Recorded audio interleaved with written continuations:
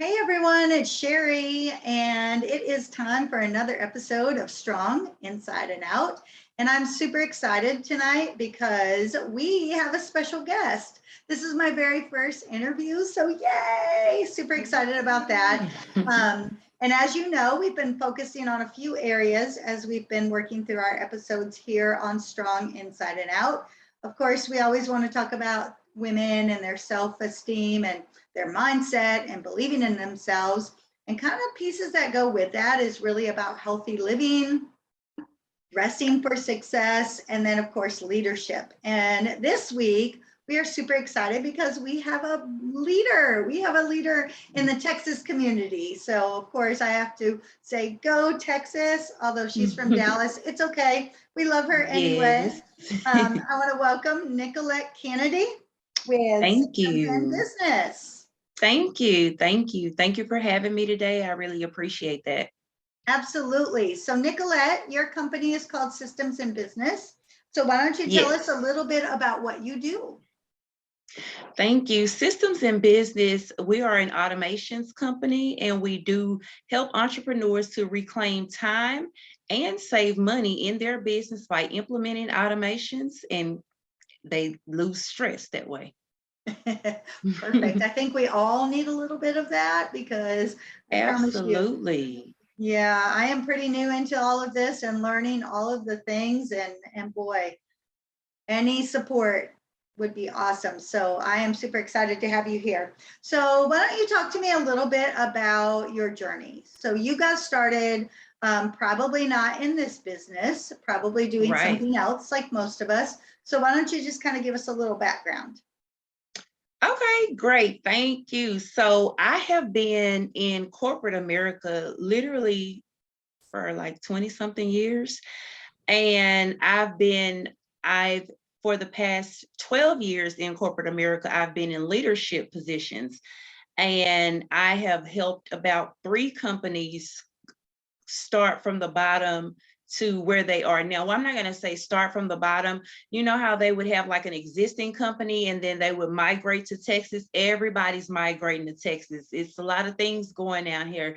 It's like the land of opportunity. So when the companies would move to Texas, that would be one of my things. If it's a new company, I want to work for them because I know that it's easy to move up in a company that's just now starting. And so I did that a couple of times and I realized I had learned so many skills that possibly I could transfer these skills out into entrepreneurship.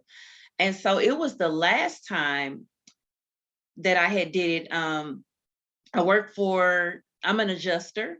I work for like the #1 insurance company in America. If you don't know, you should. Okay.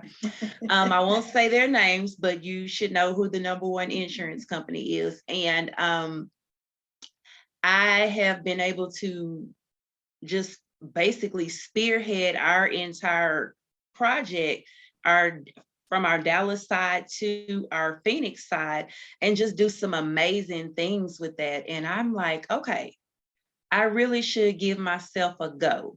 So I tried. I started out with government contracting.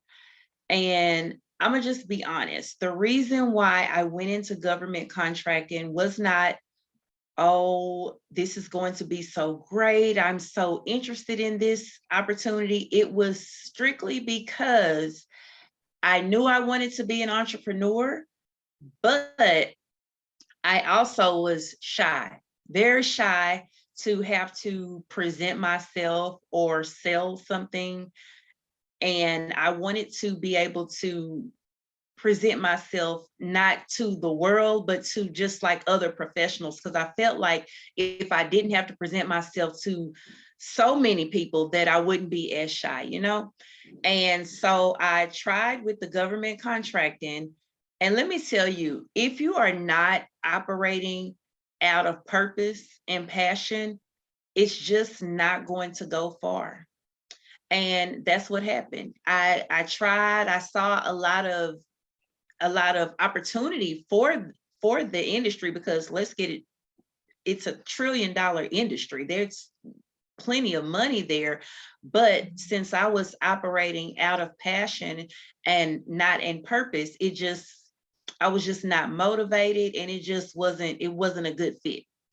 So from there, just still trying to figure it out, I learned that one of the other ladies that was doing government contracting, she said that she had made like over 400,000 in a year. And I'm like, oh, me too. Sign me up, please. I want to do it. Absolutely. And That's a what whole lot of shoes, right?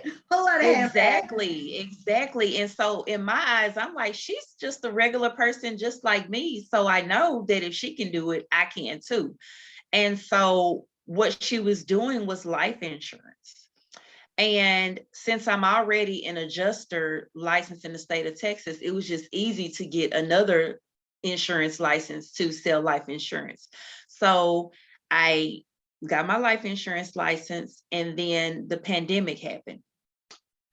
So the pandemic happened, and I ended up getting laid off from my job that I had did so much amazing work for. It didn't matter. The pandemic like did not discriminate at all. Most of us were just at home trying to figure a lot of things out during the pandemic. But luckily, I had just got my life insurance license, so I just transitioned into that. And that worked out really well. I was starting to be successful and starting to really understand and make my mark in the industry. And I am passionate about helping people.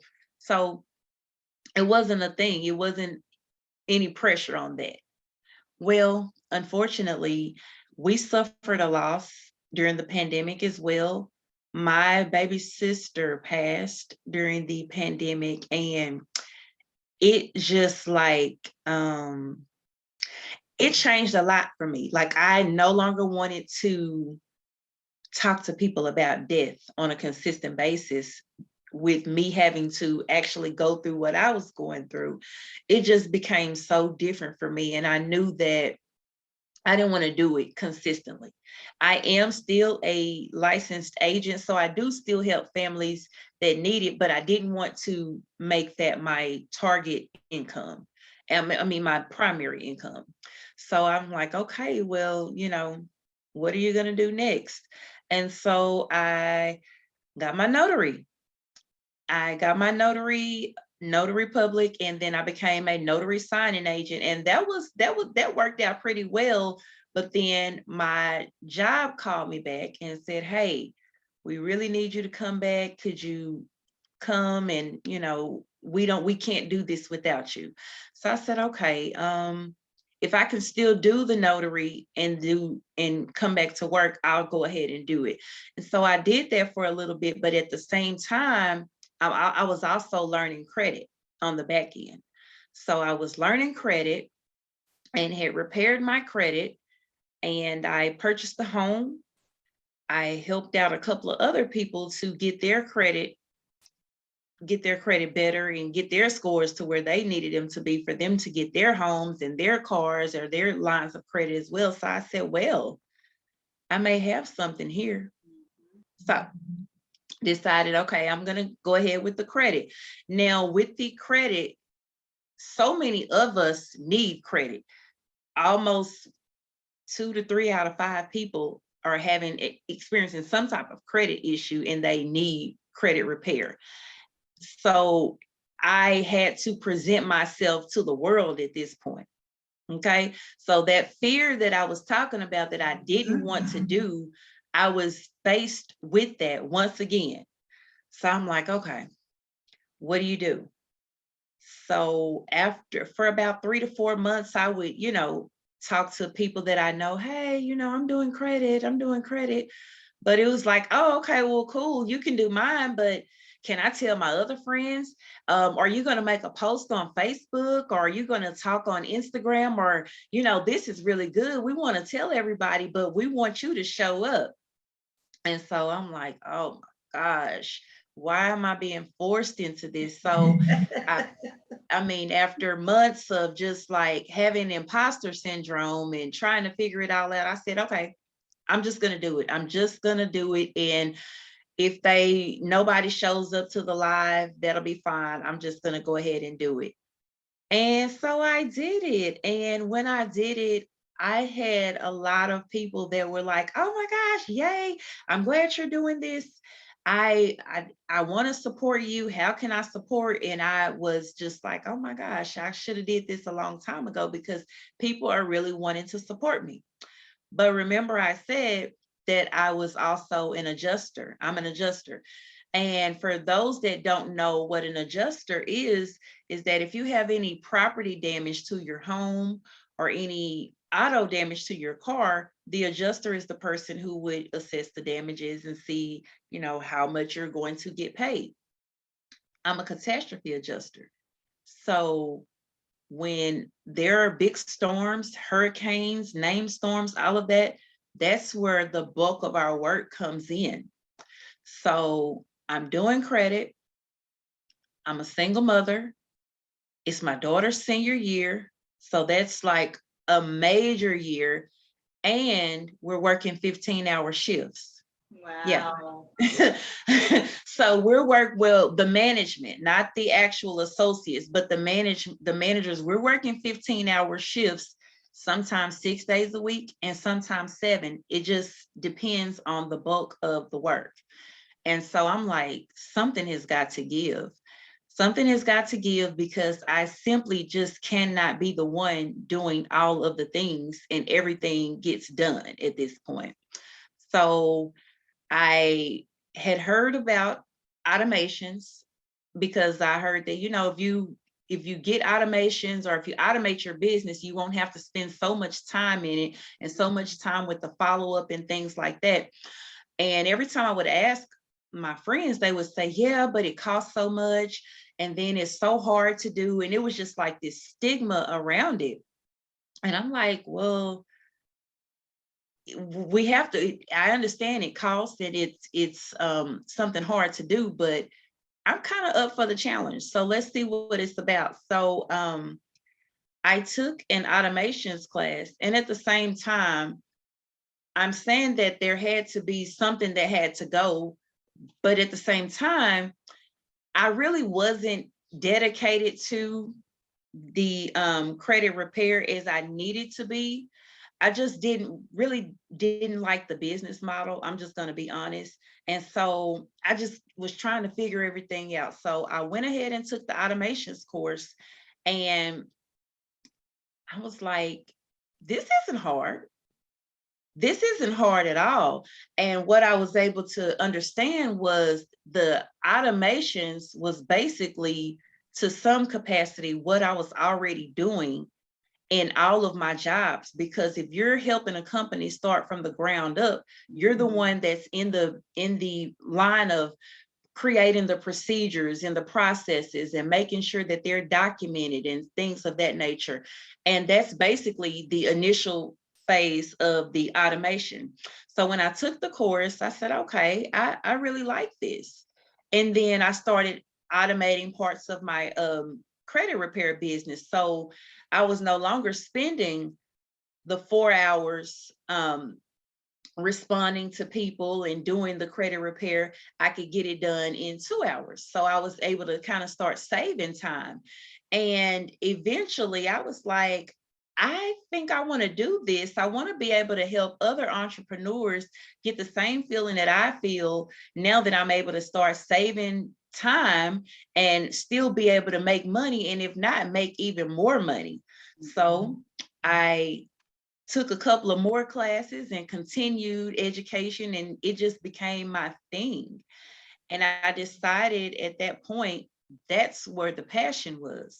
The passion that wasn't in any of the other businesses. I was able to just put myself completely and give it my all plus some, and it never felt like work to me. So I decided to go ahead and move forward and start a business. And I did, and I've been going ever since. And I'm still, continuously helping people save time and money. I've helped people to create 6-figure launches. I've helped mompreneurs be able to get more time with their family, and just be able to live in their element and still work. So that's where I am. Wow, your story is amazing. I always say I do too much and I do all the things, and you're running circles around me. So kudos to you. Thank you. But you said a couple of things that were they really stood out to me. You know, we support women and all the great things. And so, number one, I just want to say congratulations to you for finding that real passion, because some people find it early on. I was 6 when I learned what my career was going to be, and I've been doing it for 27 years. I knew I wanted to be a teacher, and then it just kind of evolved from there. And I know that I still want to teach, but teaching is going to change a little bit for me, instead of with children, more with, you know, people, adult people. But some people take a while to find that passion, and then some people never find it because they're a little bit afraid, you know? And so good job. Kudos to you on that, because Thank you. You've done some really brave things, it sounds like, in your world. The other thing I just really stood out to me, and I know that when we first met, I noticed this about you too. You said that you were very shy and maybe not quite ready to step up and be in front of people. And you know, that's one thing that I really work on, is how do we feel comfortable with ourselves? I was a very, very shy child, and it took me moving to a whole complete different state for me to say, you know, I'm just going to reinvent my life because nobody here knows me. But how did you overcome that? Because I think that's a great thing, and it's not easy. Okay, I'm gonna be honest. In today's days, almost everyone, they have filters on, they have like a whole face of makeup, they have their best hairstyle. I mean, it's like literally glamour shots. And I felt like if I was going to present myself to the world, that I had to do that. And so I was looking at it live, and it was 3 business coaches that I really love. And they were just on live, kind of hanging out like what we're doing, and in regular plain clothes. And I'm like, wait, this is a thing? So I don't have to show up in my best clothes and a face full of, I can really just be regular person and show up. And once I found that out, that gave me a lot of confidence. But one of the business coaches that was on the live, I decided to take her course. And in her course, she spoke about imposter syndrome. And she spoke, she gave us, kind of broke it down of what it was and how it does not matter, and how we just really just need to show up in our business. So after a couple of months of hearing her just kind of drill it into me, I finally decided to go live. And when I did go live, I went live with no makeup, no fancy hairstyle, no brand new outfit. I said, I'm just going to come as I am. This is me. And if the people love me, they love me. And they did. And that just gave me all the confidence I needed to show up in any way. So if I want to show up like today, this is just regular, you know, I'm at home. But if I want to show up tomorrow and then I do have on my best outfit or something like that, I feel confident to show up in any capacity now. But I know that if I would have started out with makeup, hair, the whole glam thing, I would have not shown up unless I could show up like that consistently. Absolutely. Yeah. I love that. That's one thing I really talk about with my audience too, is when you dress for success, success is going to mean something different every single day. It's whatever it means for you. And the most important thing is you have to be comfortable. So yeah, I love it. And that we hear so much about just start. It doesn't have to be perfect, just start. So you have done some really fantastic things, and I am super excited for your future. That's one thing that I just love, being a teacher, when I see people find their successes. So that is super great. So before we wrap up today, I want to give you an opportunity to just kind of speak out to the women that, and probably some men, I know there's a couple men out there, Yeah. but just talk about maybe one piece of advice that you would give to somebody that maybe is feeling a little unsure about themselves or really not sure what their direction is in life. What would be a piece of advice that you would give them? Well, for one, I would definitely say personal development is key. You have to constantly be working towards personal development. Your income is not going to surpass it. Your income is not going to surpass your personal development unless you're like a rapper or a singer or something. And we just don't have that luxury. So in order for us to become more than who we were, we have to develop ourselves to be able to have those things. But if we continuously do what we've always done, we're going to get what we've always got. Don't be afraid, because when you do decide to show up, your tribe, your audience, your people are going to be right there rooting you on and happy that you showed up. And it doesn't matter that someone else does it or it's other people that's selling the same product. It's you. It's how you show up. It's your message that's going to convey to those people. So never be afraid to show up exactly who you are. Do it scared, do it broke, do it tired, do it done. Just get it done. You have to get started. I love that. Thank you for those words of wisdom. So Nicolette, as we do wrap up, would you like to tell everyone how they can reach out to you and Absolutely. use your services? Absolutely. So as I stated, systems in business. If you are running your business in the DM, if you are running your business with Cash App, PayPal, anything like that, let us help you. Let us help you to save time and save money by implementing automations into your business. You can reach us on Facebook at Systems in Business. We're on Instagram at Systems in Business, and our website is SIB Automation. So that's SIBautomations.com, and get a free ebook. At least if you do nothing, go to the website, get a free ebook, get some information that you can start automating your business for free today. And definitely follow us on those social media pages so you can get some free automation tips daily. All right, perfect. And I'm definitely going to check your site out and make sure I get my free ebook as well, because as a brand new business entrepreneur in going into out of my comfort zone, I definitely need all of that. And Nicolette, I will definitely put those links in the description of the YouTube. Thank you. I appreciate it. Thank you for having me. This was fun. And I just hope y'all just do it. Just do it. The world deserves you. I loved having you. And again, you're my first guest, so you get like a little gift. I'll be sending you a little something in your email. But please don't hesitate to reach out if a girl and her dog can help you in any way. And let's keep in touch. Thank you. Have a great day. You too. Thanks. Bye.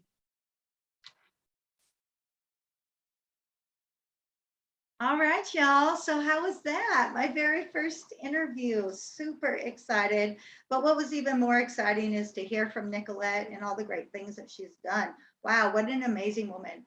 And a couple of things that just kind of keep coming back to me is how she really changed that mindset and started to believe in herself. And sometimes, we're thrown into things like that. We make choices. For example, the choice I'm making right now to start transitioning my career. But sometimes we're given these little out of nowhere kind of experiences and we have to pivot to keep surviving. And you heard her say she was a single mom and she didn't have any other choice. She just had to keep going. And so, that's super, super important. And as a person in leadership, it happens. Sometimes we expect to just kind of stay in that comfort zone for such a long time. I thought that with my whole teaching in the classroom. And then all of a sudden it had to change. And without a choice, I had to pivot. So super excited to hear her journey and the great things she's going to do. She is absolutely available if you do need anything from her. If any of you out there are looking to start a business or maybe already have something going and you need a little support, I'll be sure to put all of her information in the description of this week's YouTube. And please give me feedback. I love learning and growing. I'm a teacher and we're lifelong learners. But it was great. So next week we'll be back to talk about a few other things. And until then, I hope you have a fantastic rest of your week. Bye-bye.